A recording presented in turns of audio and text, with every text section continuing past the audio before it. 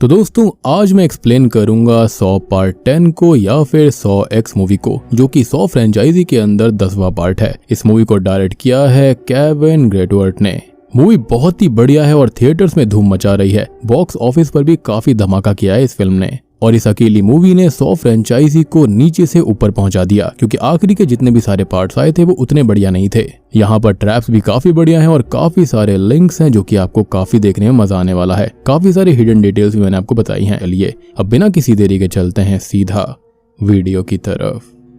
तो मूवी शुरू होती है 101 के इवेंट्स के बाद में, जहां से 101 के अंदर जॉन कुछ लोगों को अपने एक गेम में रखता है जहां पर उन्हें सरवाइव करना है, जिसके चांसेस बहुत कमी होते हैं। और उन गेम्स के अंदर वो लोग असल में लाइफ और डेथ वाले ट्रैप्स में फंसे होते हैं, और अगर बच गए तो उन्हें जिंदगी मिलेगी, अदरवाइज मरना तो उनको है ही। और जॉन ये सब उन लोगों के साथ में करता है जो लोग अपनी या फिर दूसरों की जिंदगी की कदर नहीं करते और उसको वेस्ट करते हैं। खैर अब जॉन का यहाँ पर एक ऑल्टर ईगो है जिगसॉ, जो कि एक हॉरर लेजेंड है, और उसे ये नाम मिला है क्योंकि वो लोगों को मारकर उनकी बॉडी से एक जिगसॉ पीस को निकाल लेता था। और ऐसा करने का रीजन भी उसने बताया था कि मरे हुए लोगों के अंदर ये सर्वाइवल वाली चीजें मिसिंग थी और ये पीस वही रिप्रेजेंट करता है। खैर अब जॉन हॉस्पिटल जाता है जहाँ पर डॉक्टर उससे कहते हैं कि उसका कैंसर आखिरी स्टेज पर है और अब उसके पास में कुछ ही महीने बचे हुए हैं जिंदगी के। खैर जॉन हॉस्पिटल से जाते हुए एक कस्टोडियन को देखता है जो कि एक पेशेंट का सामान चुरा रहा होता है, और तभी सीन शिफ्ट हो जाता है और हम उसको एक ट्रैप में देखते हैं। अब इस ट्रैप के अंदर उसकी दोनों आंखों के ऊपर वैक्यूम लगे हुए थे और जॉन उससे अपनी आइकॉनिक लाइन बोलता है कि वो उसके साथ एक गेम खेलेगा,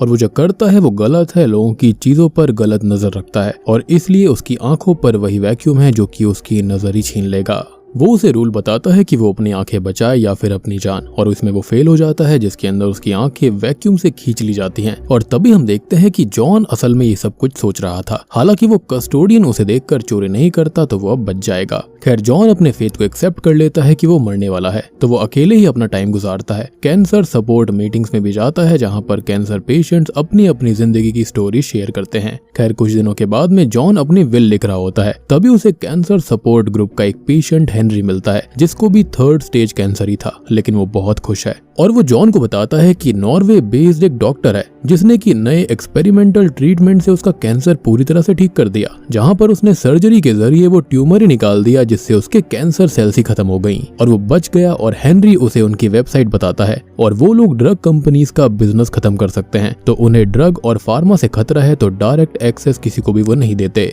खैर अब जॉन को ये सब कुछ काफी सही लगता है, इनफैक्ट किसी को भी सही लगेगा जिसकी जिंदगी दांव पर हो। और वो उस डॉक्टर की वेबसाइट को चेक करता है और असल में वो प्रोग्राम सेसिलिया पेडरसन चलाती है, जो कि नामचीन डॉक्टर फिन पेडरसन की बेटी है, जो कि कैंसर फील्ड में लोगों को ट्रीट करते हैं, और वही इस ग्रुप को भी लीड करते हैं, जिनके बारे में हम ज्यादा बात नहीं करेंगे क्योंकि अभी हमारा फोकस खाली सेसिलिया पर है। तो अब जॉन इसके लिए अप्लाई कर देता है और सेसिलिया उसे कॉल करती है, अपने एक्सपेरिमेंटल ट्रीटमेंट के बारे में बताती है, उसको होप देती है और उससे कहती है कि उसकी रिपोर्ट्स उसने देखी हैं, तो जॉन को उसकी नीड है और वो वहां पर आ जाए। असल में ये मेडिकल फैसिलिटी मैक्सिको से बाहर थी और जॉन टैक्सी से वहां जाने लगता है, जिससे डियागो नाम का एक ड्राइवर पिकअप करता है, लेकिन रास्ते में कुछ लोग उसे अगवा कर वहां तक ले जाते हैं। अब उसे फैसिलिटी में गैब्रिएला नाम की एक लड़की मिलती है जो कि सिसिलिया के लिए काम करती है, जो बताती है कि वो खुद कैंसर से पीड़ित थी, जिसको सिसिलिया ने ठीक कर दिया। खैर अब सेसिलिया भी जॉन से मिलती है और उसे अगवा करने के लिए उससे माफी मांगती है और बताती है कि वो लोग उसे ऐसे अगवा करके इसलिए लेकर आए हैं क्योंकि वो चुनिंदा लोगों को ही यहाँ तक आने देते हैं, ताकि उनकी फैसिलिटी के बारे में किसी को भी पता ना चले, एज उनके पीछे बड़ी बड़ी ड्रग्स और फार्मा कंपनीज लगी हुई हैं जो कि उनके ट्रीटमेंट को बंद करवाना चाहती है,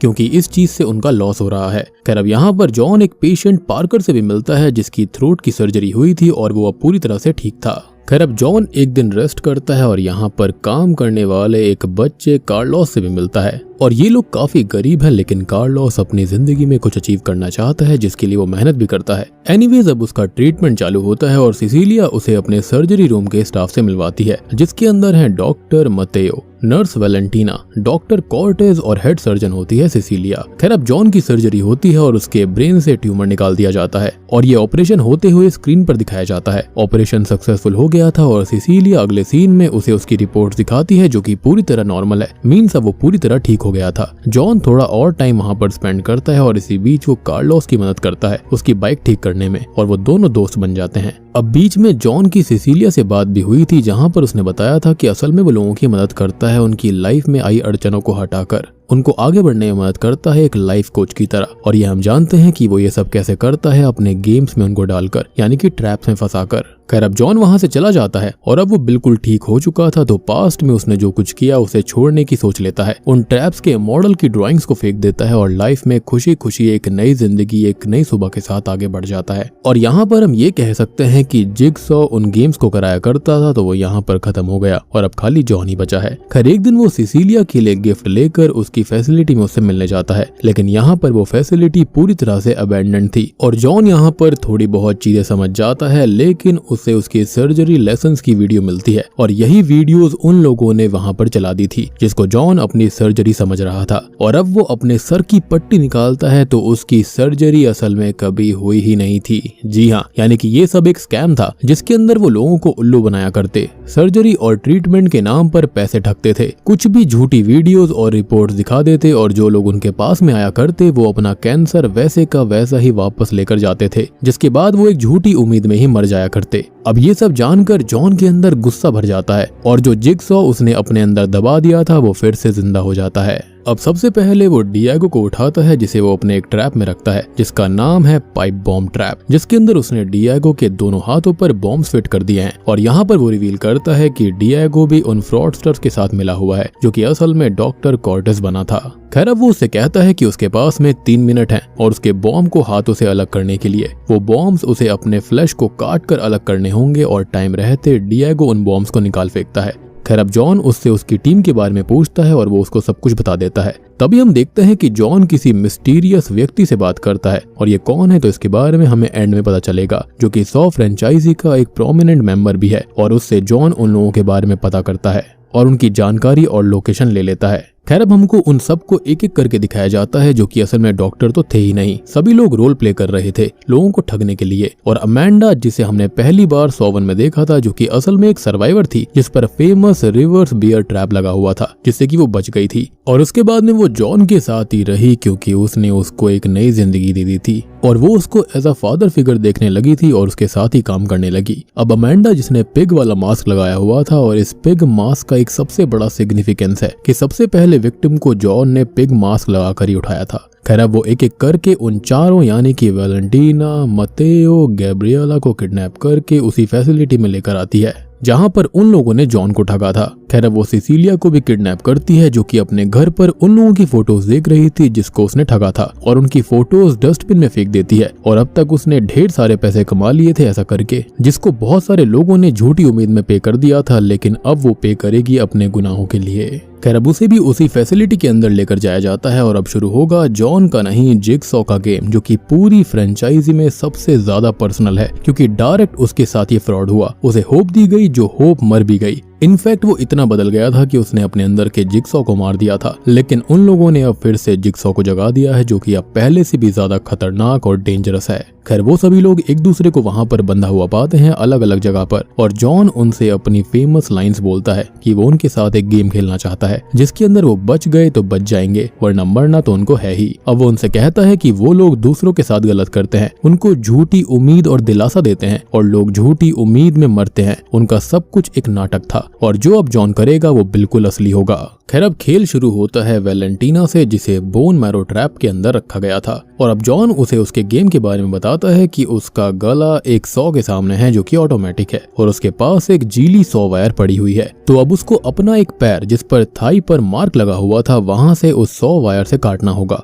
और उसका बोन मैरो एक्सट्रैक्ट करके एक लीवर तक भेजना होगा जो कि सही अमाउंट ऑफ बोन मैरो पर फुल होकर उसको रिलीज कर देगा। और ये ट्रैप उसे क्यों मिला? तो उसने एक नकली नर्स का रोल किया था और तभी जॉन उससे कहता है कि उसने टेस्ट करने के लिए उसका खून निकाला था। इनफैक्ट उसने बहुत लोगों का खून निकाला होगा, लेकिन किस काम के लिए? क्योंकि वो तो उसको नाली में बहा देती होगी क्योंकि उनका कोई इस्तेमाल नहीं था, वो सब कुछ नकली कर रहे थे। जिसके साथ ही 3 मिनट का टाइमर शुरू हो जाता है। खैर अब वैलेंटीना ये सब देखकर हद से ज्यादा डर जाती है, लेकिन उसे अपनी जान तो बचानी ही होगी क्योंकि पैर से ज्यादा जिंदगी जरूरी थी और वो उस वायर से अपना वो पैर काटने लगती है जिसमें उसे बहुत दर्द होता है। वो हिम्मत हारने लगती है लेकिन जान बचाने के लिए करना ही होगा और उसे देखकर बाकी के तीनों फ्रॉड घबराने लगते हैं और डरने लगते हैं क्योंकि अब वो असली डर का सामना कर रहे थे जो कि एक तरह से उनके ही पापों की सजा थी। खैर अब वैलेंटीना अपना पैर तो काट देती है और बोन मैरो भी एक्सट्रैक्ट करने लगती है, लेकिन टाइमर खत्म हो जाता है, जिसके साथ उसके गर्दन के पास वाली सॉ एक्टिवेट होकर उसका सर धड़ से अलग कर देती है और वो अपना गेम हार जाती है, यानी कि अपनी जिंदगी हार जाती है।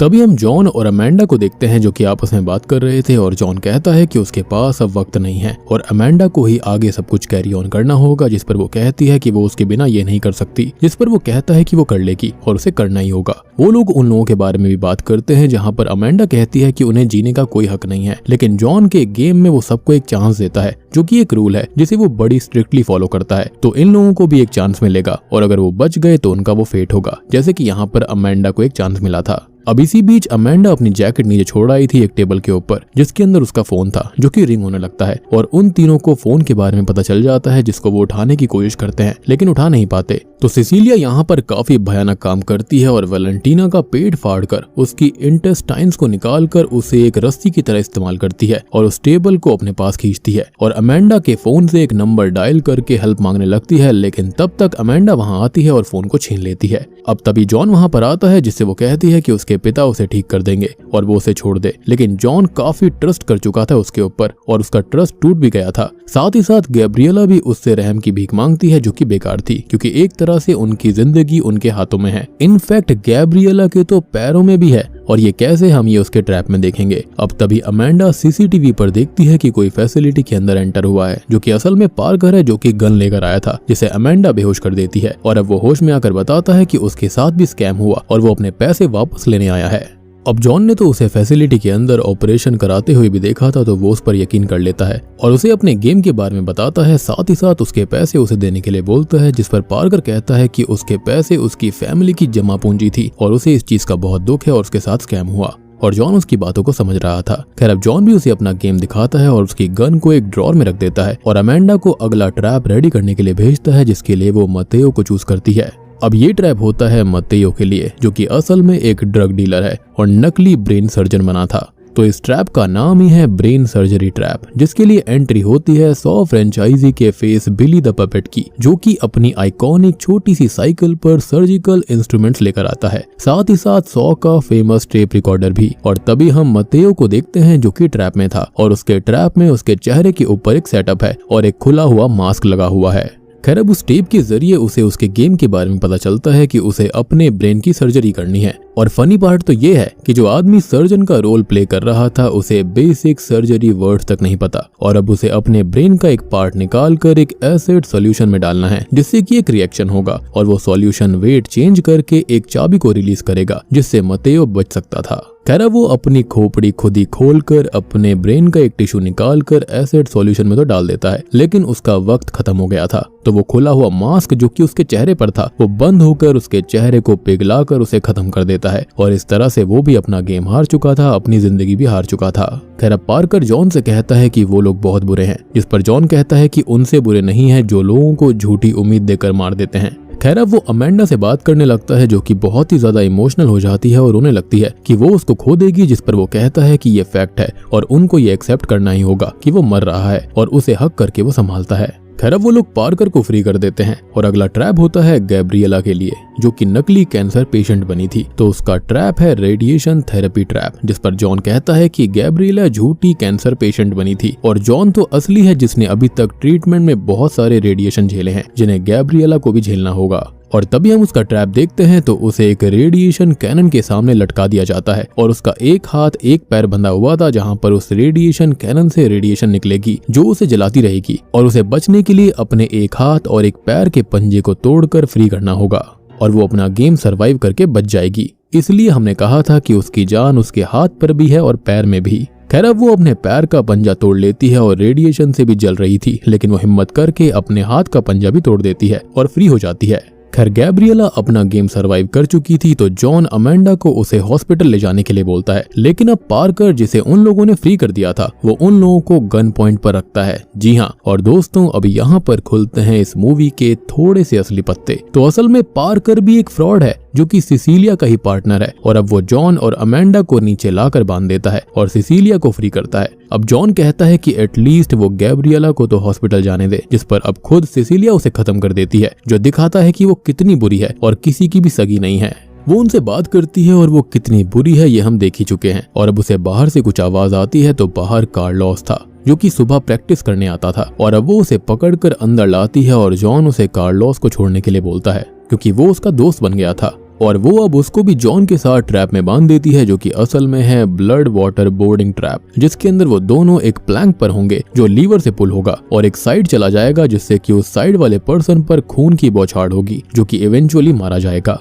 अब वो लीवर ऑन होता है और जॉन अपनी साइड लीवर करता है ताकि कार्लोस बच जाए। लेकिन यहाँ पर जॉन भी शॉक्ड हो जाता है और हम भी शॉक्ड हो जाते हैं क्योंकि कार्लोस भी उसे बचाने की कोशिश करते हुए लीवर अपनी साइड खींचता है और अब उन्हें मरने के लिए छोड़कर पार्कर और सिसिलिया उसके कैबिन में पैसों का बैग लेने चले जाते हैं। और क्या यहाँ पर जिग्सॉ हारा जाएगा? तो ऐसा बिल्कुल भी नहीं है क्योंकि दोस्तों अब यहाँ पर खुलते हैं इस मूवी के और भी ज्यादा असली पत्ते। असल में उस कैबिन के अंदर कोई कैश था ही नहीं और पार्कर की गन भी खाली थी और अब वो दोनों वहाँ पर कैद हो चुके हैं। असल में जॉन को पार्कर के बारे में डिएगो ने पहले ही बता दिया था और उसने उस मिस्टीरियस आदमी से उसके बारे में पता लगाया जो कि असल में सॉ सीरीज का एक और प्रोमिनेंट मेंबर हॉफमैन था। जी हाँ, जो कि जिग्सॉ का साथी बन गया था और पास्ट की मूवीज के अंदर ये एक टाइम पर पुलिस में भी था। खैर अब यहाँ पर जॉन और अमेंडा ट्रैप से फ्री होते हैं और कार्लोस को फ्री करते हैं। और एक चीज कंफर्म कर दें कि जॉन के प्लान में कार्लोस था ही नहीं, वो प्लैंक वाला गेम उसने अपने और अमेंडा के लिए डिजाइन किया था क्योंकि वो जानता था कि यहाँ पर ऐसा होगा। लेकिन हुआ ये कि कार्लोस वहाँ पर आ गया क्योंकि गेम का टाइम डिले हो गया और सुबह हो गई जिसको सिसिलिया अंदर ले आई और उसका प्लान ये था कि पार्कर वहाँ पर आएगा और सिसिलिया को फ्री करके सेम चीजें करेगा, बस कार्लोस की जगह वहाँ पर अमेंडा को बांध दिया जाएगा और फिर वो पैसे लेने एज इट इज कैबिन में जाएंगे और असली ट्रैप में पहुंच जाएंगे जो कि एक गैस चेंबर है। और अब यहाँ पर आखिरी और असली गेम शुरू होता है जिसका नाम है बर्निंग गैस चेंबर ट्रैप। और इस ट्रैप के अंदर इन दोनों में से किसी एक को मरना होगा या फिर एक दूसरे में से किसी एक को मारना होगा। और वॉल पर एक सर बाहर निकालने के लिए होल भी होता है जिसके अंदर बचा हुआ व्यक्ति अपना सर बाहर निकाल कर बच सकता है और जब टाइमर बंद होगा तो अंदर आ रही जहरीली बर्निंग गैस भी बंद हो जाएगी। खैर अब सिसिलिया पार्कर को खत्म करके अपना सर बाहर निकाल कर खुद को बचाती है और टाइमर भी खत्म हो गया था, लेकिन वो लोग उसे वैसे ही छोड़कर फैसिलिटी से बाहर चले जाते हैं और जॉन उन पैसों का बैग कार्लोस को दे देता है क्योंकि वो एक बहुत ही अच्छा इंसान था। साथ ही साथ इतनी कम उम्र में भी अच्छे काम करने के लिए और दूसरों को बचाने से पीछे नहीं हटा और जॉन को बचाने के लिए वो अपनी जान देने तक को तैयार था, जो कि जॉन बहुत ही ज्यादा अप्रिशिएट करता है। खैर अब इस मूवी का वाकई में अंत आ जाता है और हम एक मिड क्रेडिट सीन को देख पाते हैं जहां पर हमें हेनरी को दिखाया जाता है जिसने कि जॉन को इसी ट्रीटमेंट फैसिलिटी के बारे में बताया था जो कि असल में इसी स्कैम में शामिल था। वो लोगों के पास जाकर ऐसी चीजें किया करता ताकि यहाँ पर ढेर सारे शिकार उनको मिलते थे। और अब जॉन के साथ यहाँ पर हॉफमैन होता है जो कि हेनरी के साथ में एक गेम खेलने वाले थे और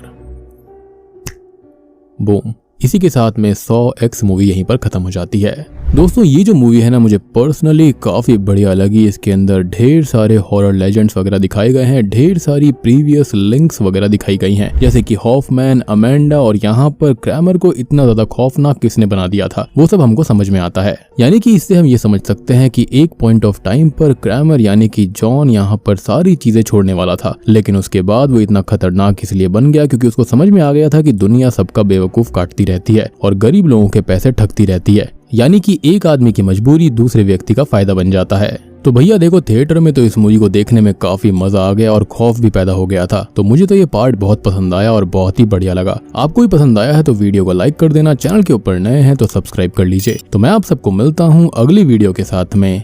तब तक के लिए